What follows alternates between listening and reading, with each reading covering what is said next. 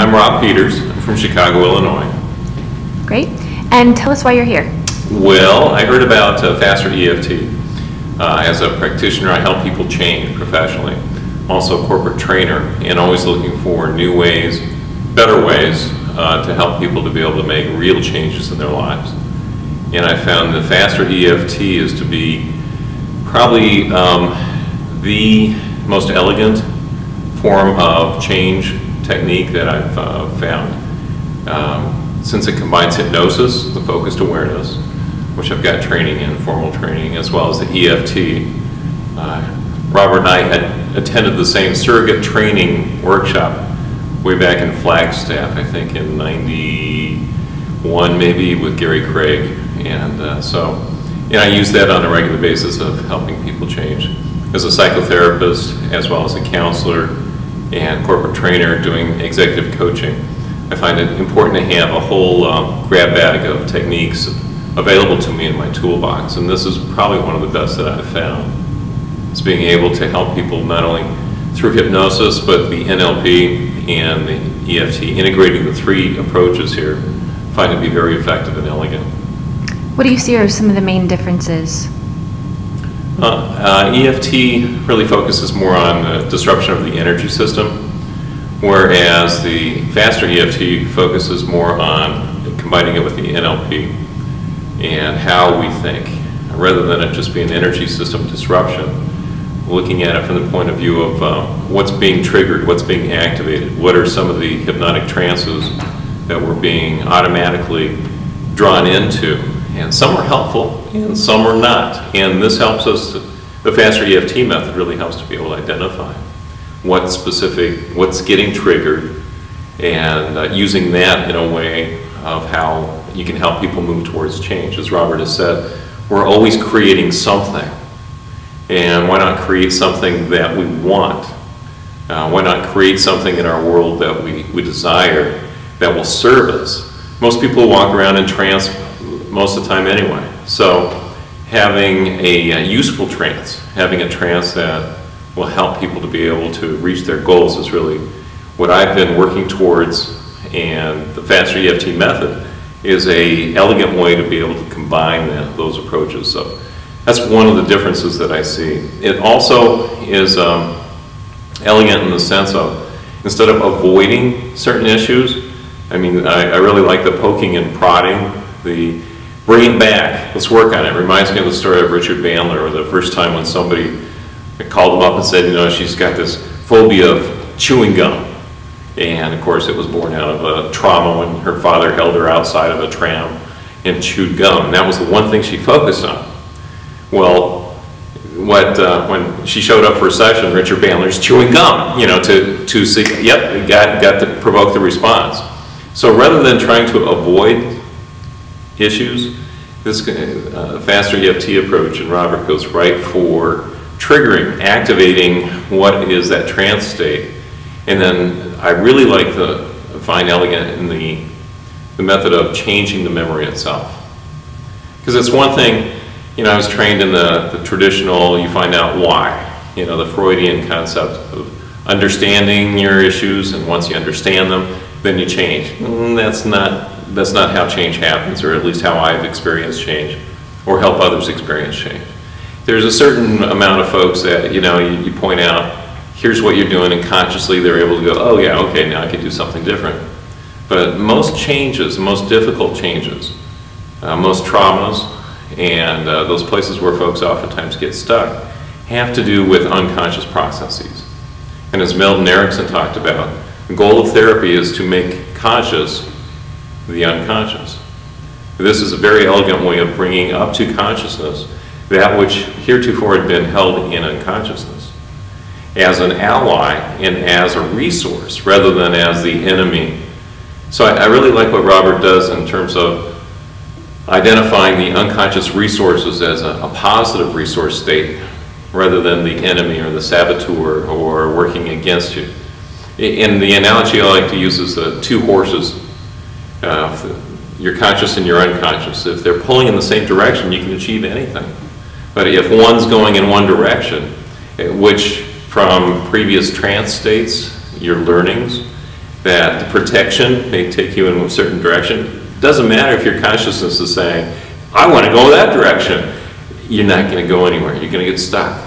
And oftentimes that's where I work with people, is at that point of stuckness, where they realize, I need to change this in my life. I don't like this in my life. And yet, to be able to bridge to being able to get their unconscious on board, to be able to align with it and move in the same direction. That's where I see the elegance of this approach. Now, you said that you've known Robert for a little while, and how long have you known about Faster EFT? Probably just the start of this year. I was Googling online and found some stuff on YouTube. I'm a seeker. I look for ways of how people can change. And some of the EFT stuff, I've been through a lot of the workshops and understanding, and always looking for ways of how to integrate that in my practice. And just stumbled across it while online looking at YouTube. And he's got just this whole spate of materials. So I started listening and watching some of the stuff. I was like, yeah, that looks good. That looks good. And I could see the dots were connecting for me from my hypnosis training, from the EFT training, from the NLP training, as well as from the psychodynamic, just understanding where problems come from, where we get stuck, and how to make changes in people's lives. So that just kind of clicked. And his southern kind of disarming drawl, he could say the most provocative things just from, and get away with it because, who may, kind of thing. And it's humorous to hear him both on the videos as well as to work with him live. It's very disarming, and it's kind of an asset for him. He uses it well to be able to use his southern ways, and especially when he's poking and poking and prodding as a way to get to material. Mm-hmm. So you've known about Faster EFT for about 6 months. Correct. So what brought you out to see Robert live? Well, I tried to get into the level 1 training and missed it by maybe 2 weeks. So I tried to get into the level 2 and said, hey, here's my background. I've been helping people since 1984 when I graduated with my master's in social work. I'm used to more non-traditional ways of helping folks change, the NLP, the EFT, hypnosis. And the office staff were like, that's nice, but no. So I was like, okay, so if I miss level 1, it looks like the next round is going to be next year sometimes, to be announced. So I'm actually trying to bring him to Chicago and provide the trainings there. And meeting some folks here, it looks like there's probably a chance to be able to do that. Hopefully we'll be able to do that. I think there's a critical mass in the Chicago area where we can bring him to Chicago to do some of the training, particularly, starting at level 1 and moving to level 2, 3, and 4. So we've got a good cohort of people already here. So it'd be nice to be able to tap into existing. I guess in Oklahoma, there's not a whole lot. He's maybe saturated the market, but I think there's an untapped market, so to speak, in the Chicago area so we can bring him there. So you've attended the transformational workshop. Mm-hmm. What did you think?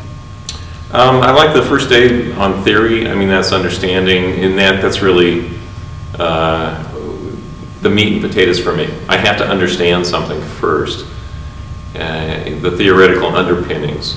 And he frames some of the old material, in new ways. It's not, VACOG. It's what do you see, and what do you hear, and what you feel in your body, and what do you smell, what do you taste, In the NLP, it's your VACOG. You go through your visual, auditory, kinesthetic, gustatory, and olfactory. Yeah. Okay, so it's kind of a different way of, a more understandable way of taking some of the esoteric concepts and being able to boil them down to make it a little easier. So that was day 1.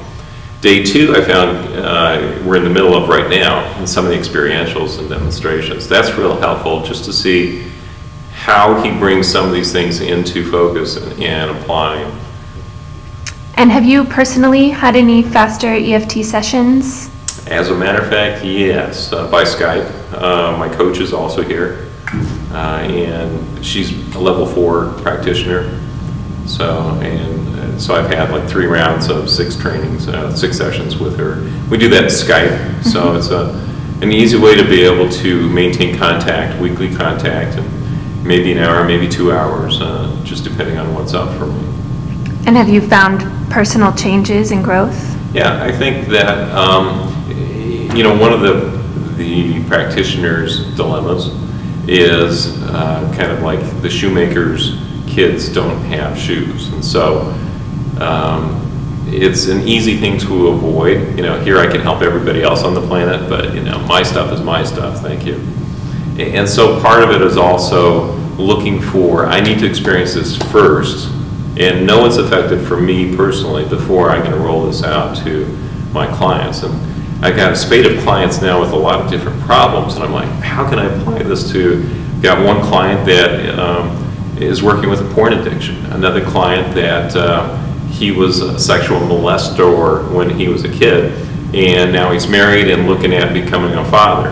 Okay. And so there's a lot of things, there's a need out there, and especially, got one client that, said, Rob, can you help me to stop drinking soda? And I'm like, reminded of the Gandhi story about how when the mom brought the son in to Gandhi and said, can you help him to get rid of his sugar? And Gandhi said, bring him back in a week.